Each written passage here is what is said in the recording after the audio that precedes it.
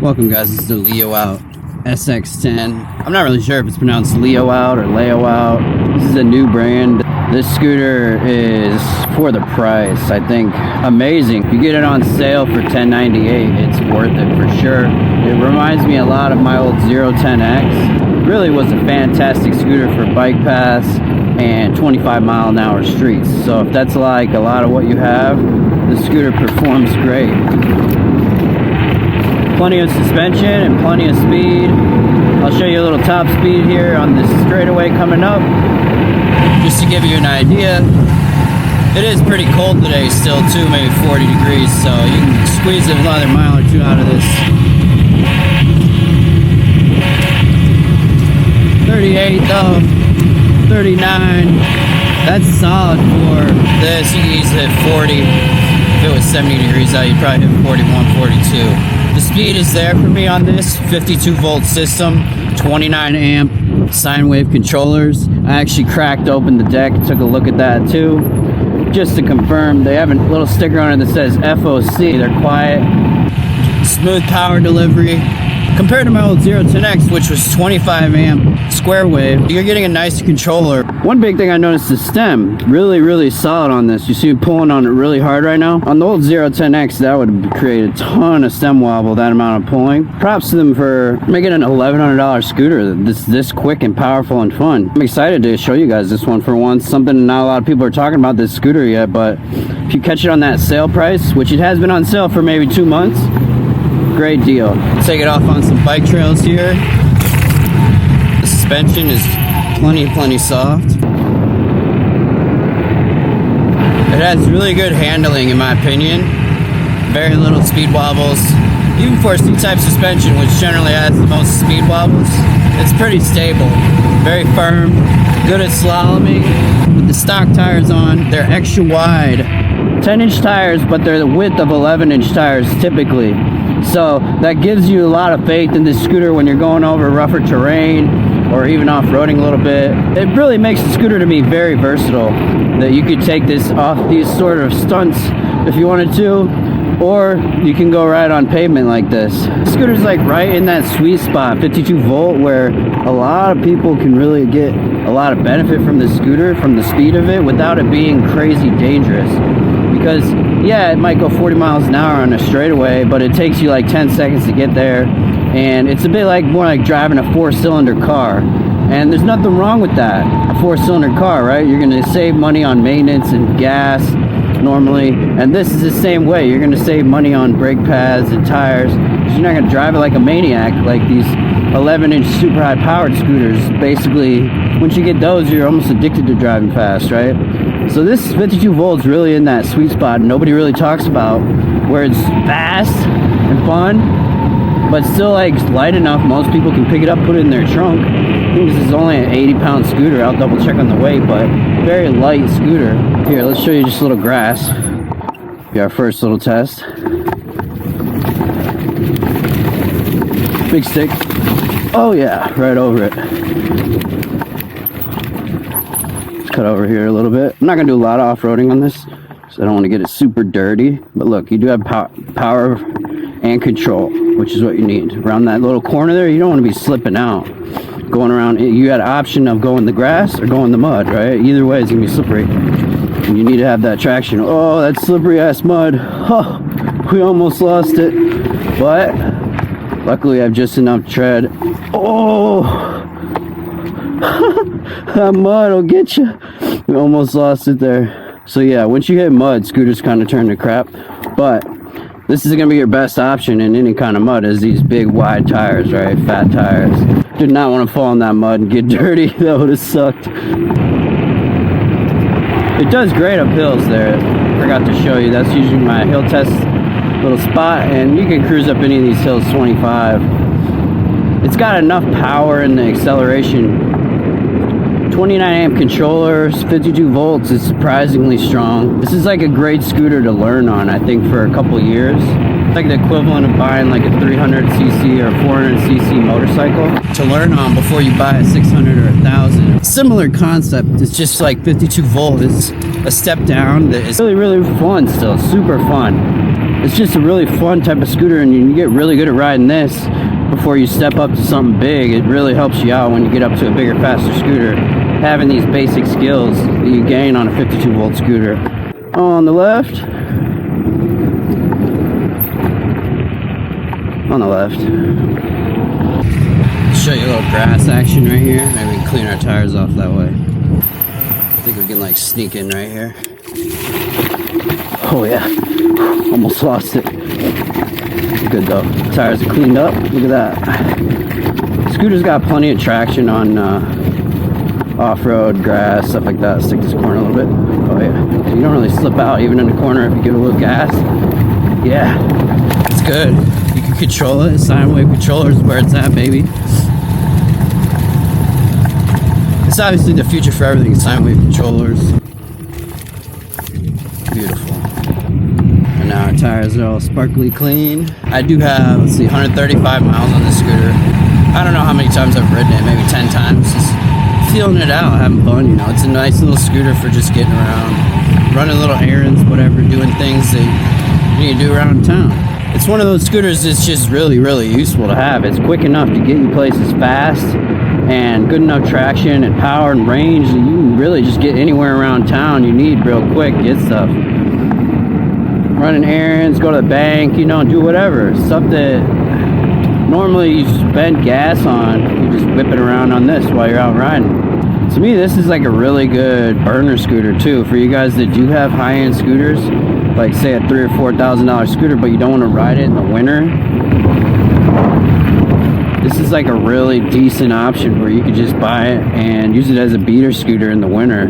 It's already got off-road tubeless tires, you know, decent enough suspension that you could really just ride this and use it as a winter scooter. Make sure you get the salt off. Do a little extra waterproofing, obviously, around certain areas, and then you maybe will survive a couple winters. But it's way better than riding out with your Nami in the snow and ruining that.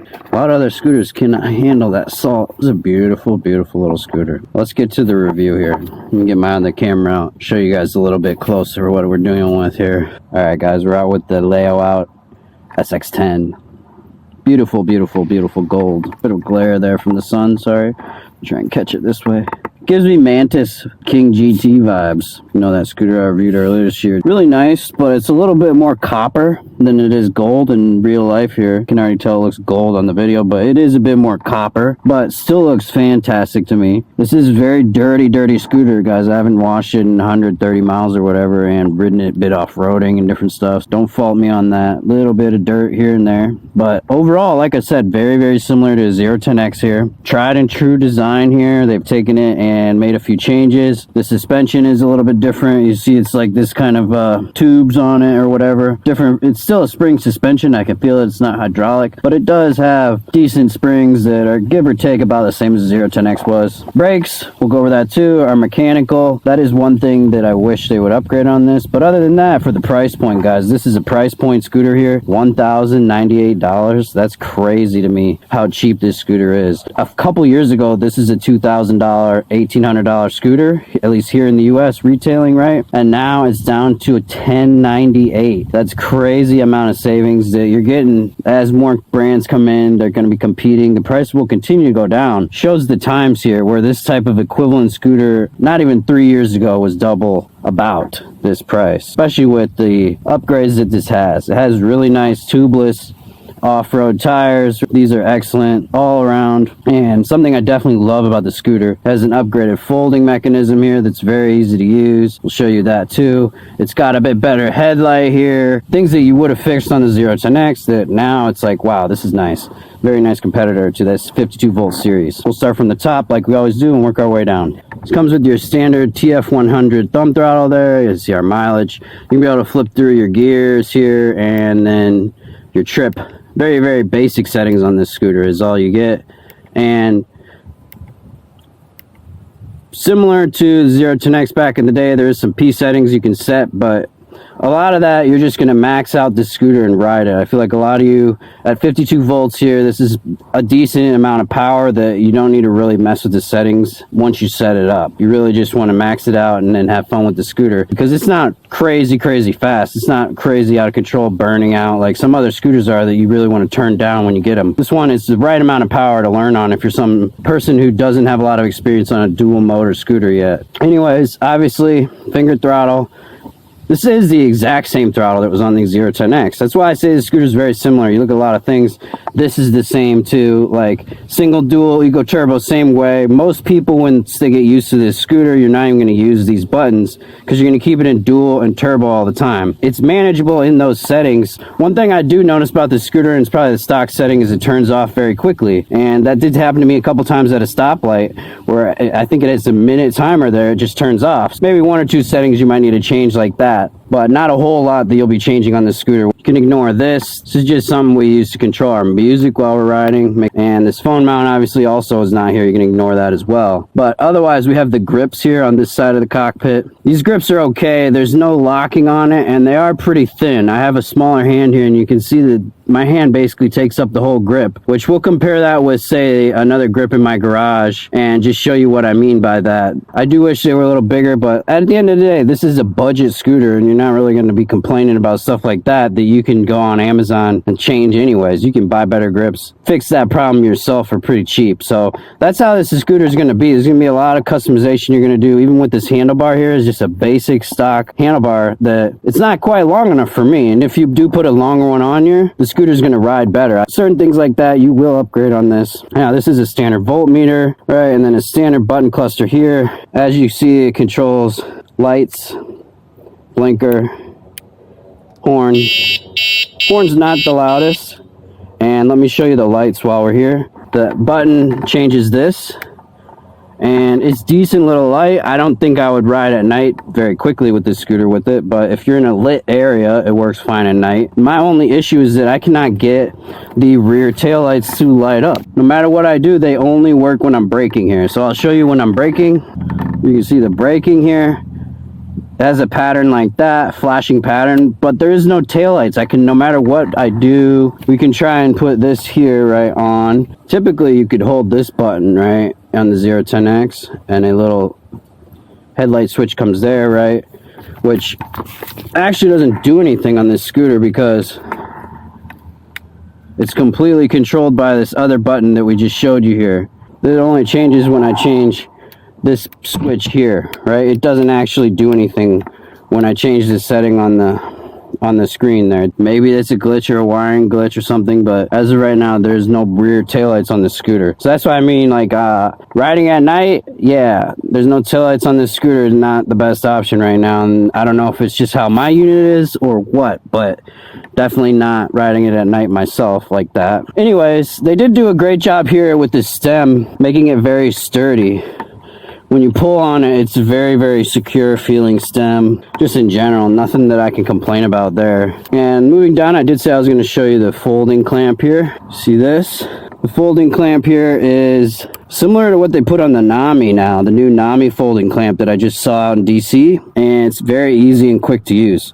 Just pull it open with your hand. Even with one hand, you can work this, pull it up, fold it down, right? It's very quick and easy and very secure. I love this design already. Glad to see a few brands coming out with something like this. Really like it. The fit and finish on this is actually pretty decent for the price. What I'm talking about, stuff like this. Very nicely wrapped cables, right, all the way down here. Can't complain about that at all. Very nice finish on the wrapping. Design features, even like this little slit right here that keeps this on a track instead of letting it spin around like all other scooters. It's just a lot of nice features on this like that. The headlight itself, this is nice. You could take this off and maybe put your own headlight on even if you found a better setup.